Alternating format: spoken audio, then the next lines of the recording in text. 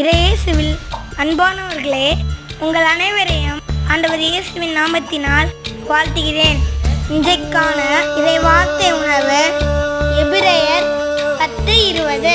இயேசு ரத்தம் சிந்தி நமக்கென புதியொரு வழியை திறந்து வைத்துள்ளார். இதுவே வாழ்வுக்கு அழைத்துச் செல்லும் வழி. அன்பானவர்களே, இயேசு சிந்திய ரத்தத்தால் புதியதொரு வழியை திறந்து வைத்துள்ளார். அந்த வாழ்வுக்கான வழியில் பயணிப்போம்.